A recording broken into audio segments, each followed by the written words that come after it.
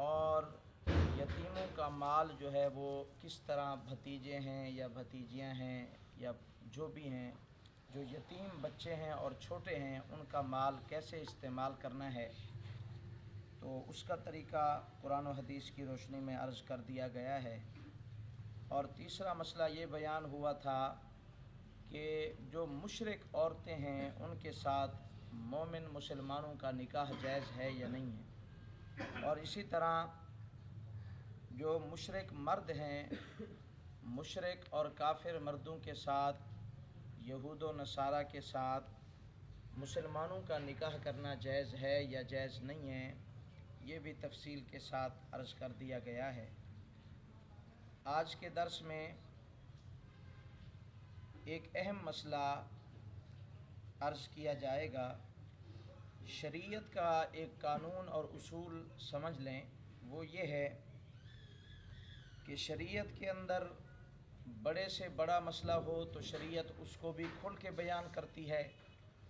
چھوٹے سے چھوٹا مسئلہ ہو تو شریعت قرآن اور حدیث اس کو بھی کھول کے واضح کر کے بیان کرتا ہے۔ تو آج کے درس میں یہ جو عورت کو ماہانہ ماہواری ہوتی ہے، اس کے بارے میں قرآن پاک کا کیا حکم ہے، یہ عرض کیا جائے گا۔ کیونکہ جب آپ صلی اللہ علیہ وسلم پر قرآن نازل ہوتا تھا، اس دور میں یہودی بھی تھے، نصارہ بھی تھے، اور مشرک مکہ، کفار مکہ بھی تھے۔ اب جو عورت ماہواری والی ہوتی تھی، یعنی جس کو ماہواری آتی تھی مہینے میں، ان کے بارے میں یہودیوں کا عقیدہ الگ تھا، اور جو مشرک تھے ان کا نظریہ اور سوچ الگ تھی،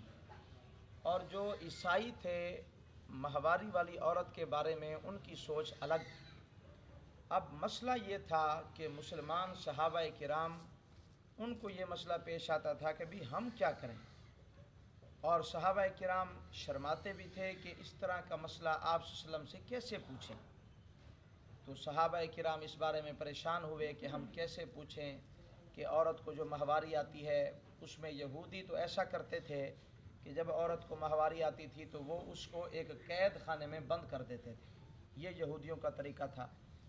عیسائیوں کا طریقہ یہ ہوتا تھا کہ ماہواری کے دنوں میں عورت کو ایک کمرے میں بند کر دیتے تھے، اور پھر اس کو کھانا بھی اسی کے اندر، اس کا جو ہے وہ تقاضا قضائے حاجت جو ہے تقاضۂ بشری واش روم وغیرہ بھی اسی کمرے کے اندر کرتی تھی، اور آخر میں جب وہ کہتی تھی کہ میں پاک ہو گئی تو اس صورت میں ایک کبوتر جو ہوتا ہے نا، اس کو اس کے کمرے میں ڈالتے تھے۔ اگر وہ کبوتر اس کی بدبو سے مر جاتا تھا تو کہتے تھے اب یہ پاک ہو گئی ہے۔ یہ تھا عیسائیوں کا طریقہ۔ تیسرے نمبر پہ کفار مکہ وہاں مکے میں موجود تھے، ان کا طریقہ کیا تھا؟ ان کا طریقہ یہ تھا کہ وہ جب عورت کو ماہواری آتی تھی تو وہ جو ہے اس میں عورت کے قریب بھی جاتے تھے اور اپنی ضرورت بھی پوری کرتے تھے، ہر طرح کا ان کے ساتھ تعلق بناتے تھے۔ اب یہ تین مسلک اور تین طریقے وہاں مکے میں مشہور تھے۔ تو صحابہ کرام نے سوچا کہ اب ہم کس پہ عمل کریں، تو اللہ تعالیٰ نے فوراً یہ آیت نازل فرمایا یہ صحابہ کرام آپ سے ماہواری کے بارے میں، حیض کے بارے میں پوچھنا چاہتے ہیں، فرمایا آپ ان کو کہہ دیجئے وَيَسْأَلُونَكَ عَنِ الْمَحِيضِ، یہ آپ سے ماہواری کے بارے میں سوال کر رہے ہیں، قُلْ هُوَ أَذًى، آپ ان کو کہہ دیجئے کہ یہ ایک گندگی ہے، فَاعْتَزِلُوا النِّسَاءَ فِي الْمَحِيضِ، پس تم عورتوں سے ان ایام میں دور رہو۔ فَاعْتَزِل کا معنی ہوتا ہے دور رہو۔ اب دیکھیں نا، عیسائیوں کا طریقہ میں نے بتلا دیا، یہودیوں کا طریقہ کیا تھا وہ بھی میں نے عرض کر دیا، کفار مکہ جو تھے ان کا کیا طریقہ تھا وہ بھی میں نے بتلا دیا۔ اب اسلام کیا کہتا ہے؟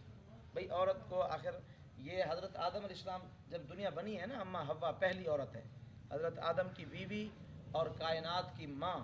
پوری انسانیت کی ماں اماں حوا، حضرت آدم کی بیوی، یہ پہلی عورت ہے، اس کو بھی ماہواری آئی تھی۔ تو اس سے معلوم ہوا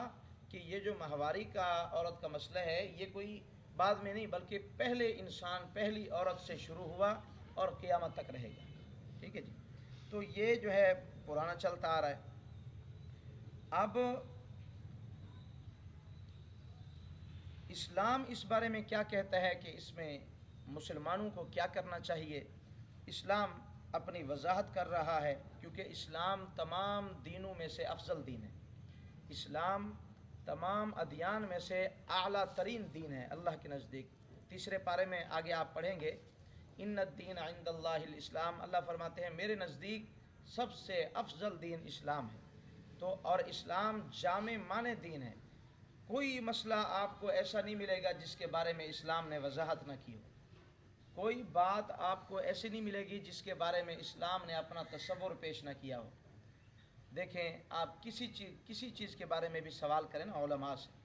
کہ بھئی اس کے بارے میں اسلام کیا کہتا ہے، تو انشاءاللہ ہمارے علماء اہل مدارس جو بڑے بڑے اکابر ہیں وہ آپ کو قرآن و حدیث کی روشنی میں، اسلام کی روشنی میں آپ کو جواب دیں گے۔ آپ حقوق کے بارے میں پوچھیں، حتیٰ کہ آپ اگر کافروں کے بارے میں پوچھیں کہ اسلام کیا کہتا ہے، یہ جو یہاں پاکستان میں یہود و نصارہ بھی رہ رہے ہیں، یہ جو اقلیت کے طور پہ قادیانی بھی رہ رہے ہیں، اب ان کے بارے میں اسلام کیا کہتا ہے، تو اسلام نے ان کے بارے میں بھی وضاحت کی ہے۔ تو سب چیزوں کے بارے میں اسلام بتلاتا ہے، کوئی چیز ایسی نہیں ہے کہ جس کے بارے میں اسلام نہ بتلائے۔ ہر کسی کے ماں باپ ہوں، بہن بھائی ہوں، رشتہ دار ہوں، استاد ہوں، علماء ہوں، ہمسائے ہوں، اور بچے ہوں، بڑے ہوں، بیوی ہو، سب کے حقوق، سب کے بارے میں جو بات کرتا ہے وہ صرف دین اسلام ہے۔ اور جتنے بھی دین ہیں ایک چیز کے بارے میں بتلاتے ہیں، دوسرے کے بارے میں خاموش، ایک چیز کے بارے میں وضاحت کرتے ہیں اور دوسرے کے بارے میں خاموش۔ یہ واحد دین اسلام ہے جو ہر چیز کی وضاحت دیتا ہے۔ تو اس بارے میں بھی دین اسلام نے اپنا موقف پیش کیا ہے